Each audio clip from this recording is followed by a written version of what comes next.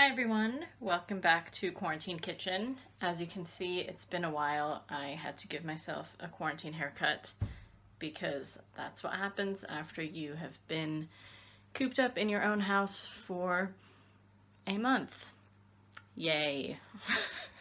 Hope everyone is still hanging in there and still has flour. Luckily we got some more of that, so I can still bake for you guys. However, today we're going to be taking a different direction. I'm gonna get a little new agey for a second here, so just bear with me. Much like Agent Cooper solving the murder of Laura Palmer in Twin Peaks, this assignment came to me in a dream. I dreamed that Arnold Schwarzenegger asked me to give a talk about how to make the ideal salad. Know the chip upon my shoulder, roll through life. So today's recipe is just going to be some tips and tricks on how to make a really tasty salad. It's obviously not hard, but it's a valuable skill, especially if you have people in your life that need to be coerced into eating vegetables. So the most important element in a salad is your base ingredient, and that's typically going to be lettuce, spinach, or some kind of green leaf. If you think about Caesar salads, which are I would say the minimal possible salad, all that contains at its most pure form is just lettuce and dressing, or lettuce, dressing, and cheese. Sometimes there's croutons, sometimes there's chicken, but at the bottom line, lettuce and dressing.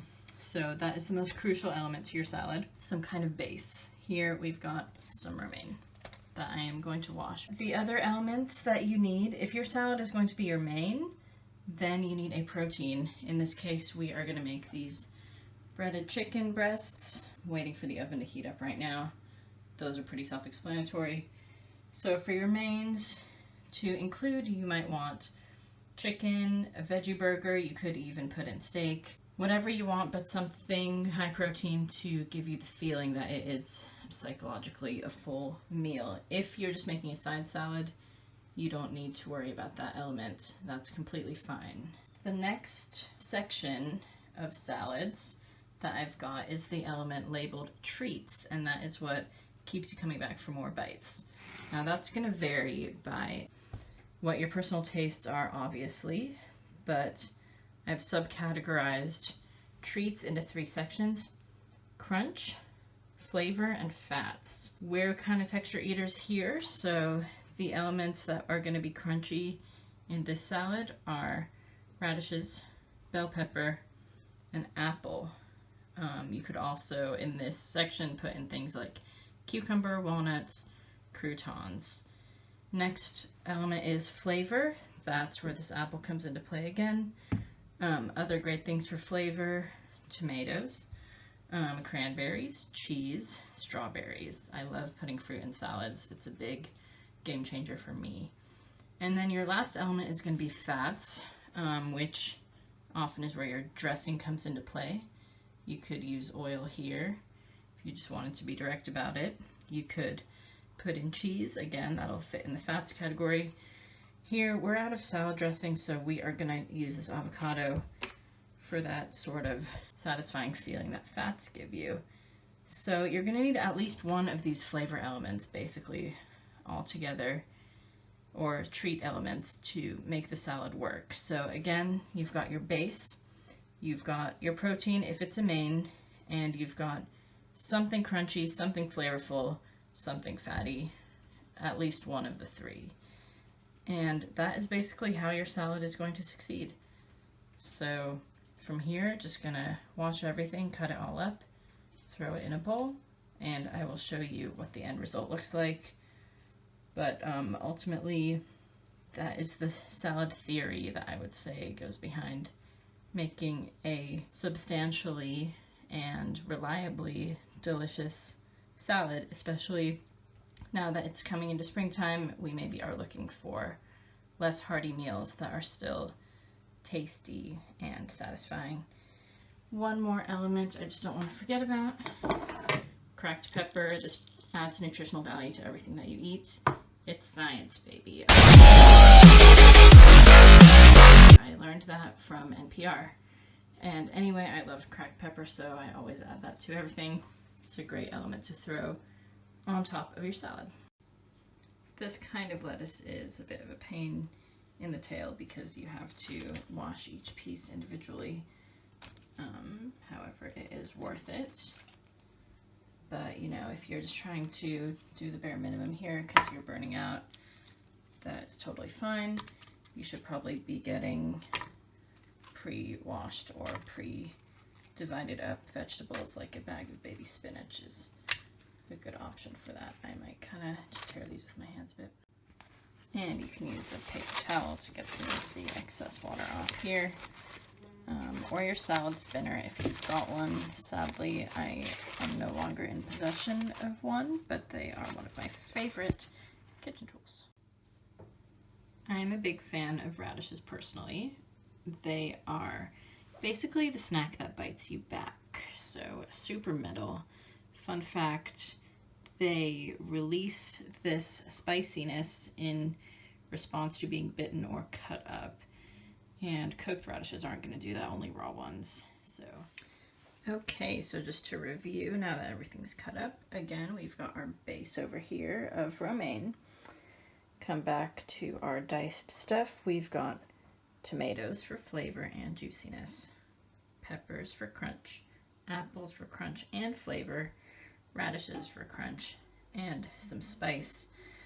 Now, you may say, what happened to that avocado that was over here? Well, it's underripe. Sorry, guys. I can't be eating it right now. I cut it open already. Hopefully I haven't destroyed it. RIP, maybe. But it might soften and become more edible for us. Avocados are always kind of a risk. So we might have to add a bit of oil to the salad, or the breaded chicken, which by the way is cooking away in here right now. And that's incorporating a sort of carby element too with the breading that I really like.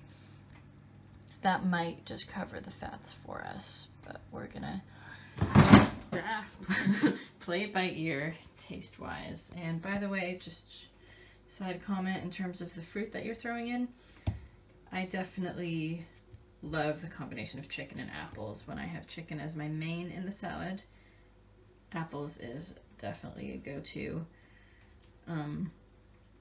But yeah, when you're not using chicken or whatever, however you feel, peaches are great, strawberries are great, pears, some kind of sweet fruit element will typically not go amiss, in my opinion.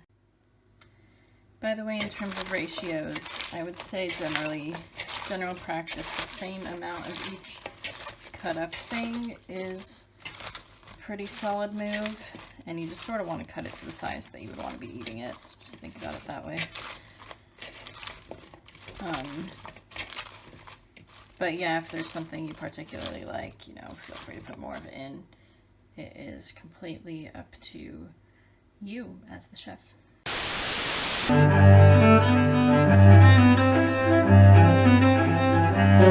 While I am waiting for this chicken in the oven, I'm just going to work on this jigsaw puzzle for a little while.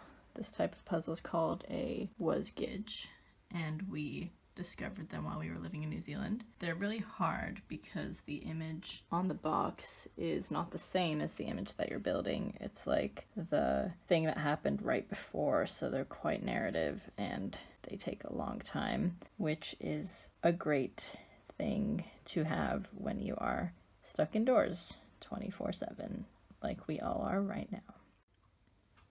You probably can't tell, but I actually have made a little bit of progress here. Spot the difference. Gonna use our trusty kitchen scissors to cut this chicken up.